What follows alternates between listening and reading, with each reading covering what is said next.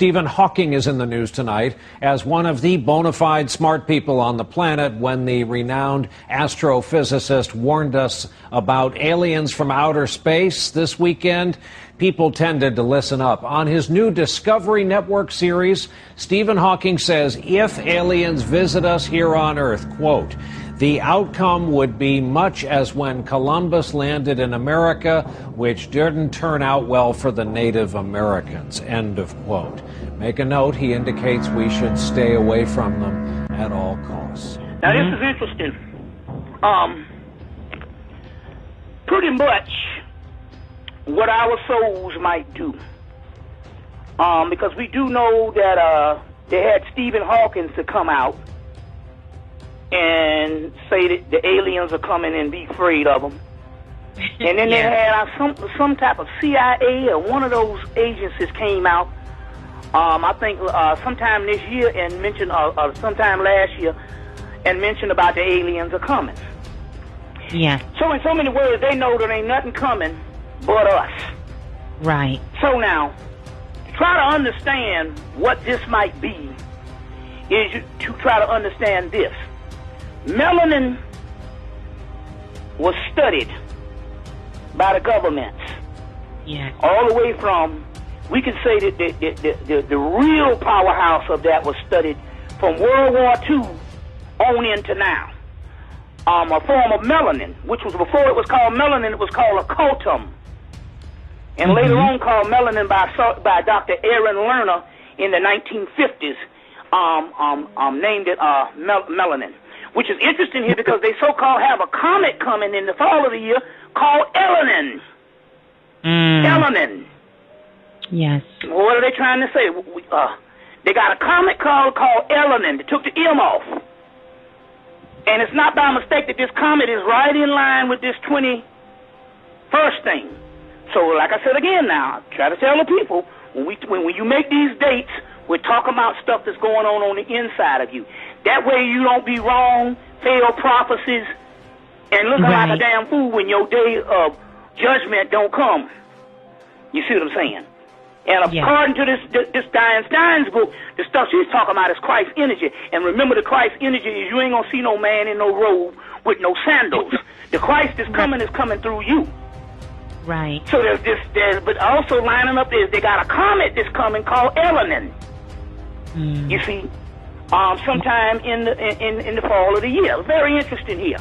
Now, so they studied this melanin thing, and they came to the conclusion on how melanin works. They tried to make the prototype of the melanin, and the prototype of melanin is nanotechnology. Nanotechnology. That's the prototype. They even got some stuff where they study nanomelanin.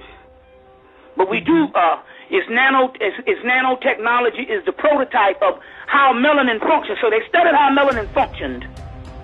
And it ended up in what their version of it, their technological version of what they could create was nanotechnology. So anybody want to see how melanin works, you get the G.I. Joe movie that came out last summer. And that movie explained nanotechnology and what it can do. So apparently, what they are afraid of is when this nanotechnology unleashes in those people, those melanated people, the real nanotechnology, they're thinking it's going to be an invasion that will eat the world, about like a movie called Langoliers. Anybody seen the movie Langoliers? It was a movie came out in 1995.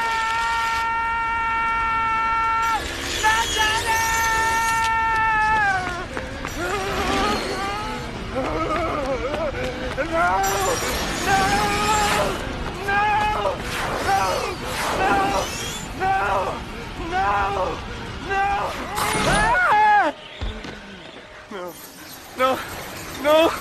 Daddy, no! Make them go away! Please make them go away! I'll be good boy! Please, I promise I'll be good if you just make them go away! King movie called Langoliers, and these little black dots ate up the earth. You see what I'm saying? I ate up one dimension. It's called the Langoliers. So But you will see, when you see the nanotechnology in the movie G.I. Joe, is what they are afraid of. And for some reason they're afraid of that coming up out of us, because they do know, based on all the ancient texts, that this world is just going to disappear. Even in the Bible it said, you see what I'm saying, this heaven and this hell will not be around. Right. So if hell ain't going to be around, what the hell are you scared of? Hell is only a state of condition, and based on your knowledge of where you are in this world. It could be hell or it can be heaven. That's correct. You see? You see. Right. So now, but they say this heaven and earth will not be around. So obviously this thing is going to disappear, and they are afraid. They are afraid that it's going to be this war of destruction with this melanin rising up and doing the nanotechnology. I say that that's just their fear, because they're warfare people, and they always fear that. And why not? I mean, you might as well put it on the table if you figure there's a chance of that happening. But for what we know, it said it'd be gone like a twinkling of an eye. And so for what we know, we're talking about how this thing is going to go down. Is basically we're just going to wake up and going to be in another world. You're just going to wake up out of this dream, and this dream going to be gone. Because this is only an illusion anyway. And once the return of the third eye, you understand what I'm saying? At its full aspect, you don't have to have all the destruction and stuff like that. You see them, all the destruction of. You're just going to come forth by day, which is the original book. The Egyptian book of the dead say coming forth by day. Yes, you see. So we're just going to wake up, but that's not stopping them. But they still are showing what this melanin could do, which is in the East Indian text, some of the East Indian Kundalini texts, where they say there are devices in the body that will come online and destroy everything if we were threatened.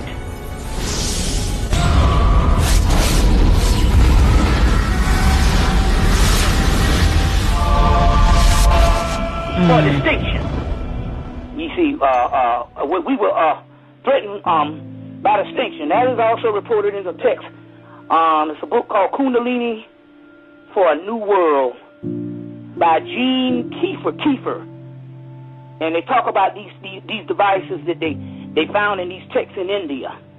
There's devices in the body. So naturally that was something that probably could have happened if we were slated for total extinction.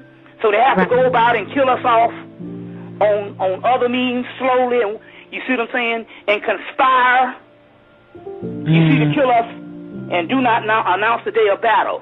So that's one aspect of it. But what we're talking about here is finding the third eye, where we're just going to wake up and have a whole new existence. There's a book, Finding of the Third Eye, by Vera Stanley Alder, A-L-D-E-R, Vera, V-E-R-A, Stanley, S-T-A-N-L-E-Y, Alder, A-L-D-E-R, a book been out for years. Book has been out for years. The Finding of the Third Eye. She has another one called The Fifth Dimension. But what's interesting in this particular book, why this book was always of interest, was why it was always of interest. She mentions in this book that one day the third eye, the third eyes would open. Yes. One day the third eyes will open. That's what we are pointing out. That's why this is very important with this lecture we're doing tonight. Right. She mentioned it.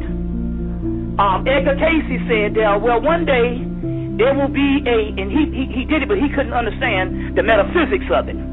So he said one day there will be an incarnation of an entity called John Pineal. So he was looking for like a Christ figure.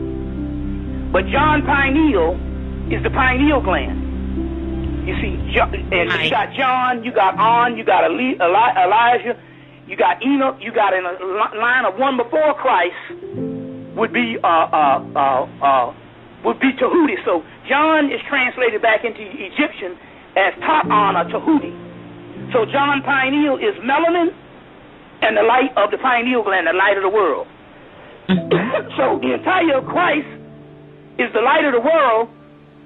In ancient Egypt, the light of the world, or Horus, the light of the world, is none other than the pineal gland.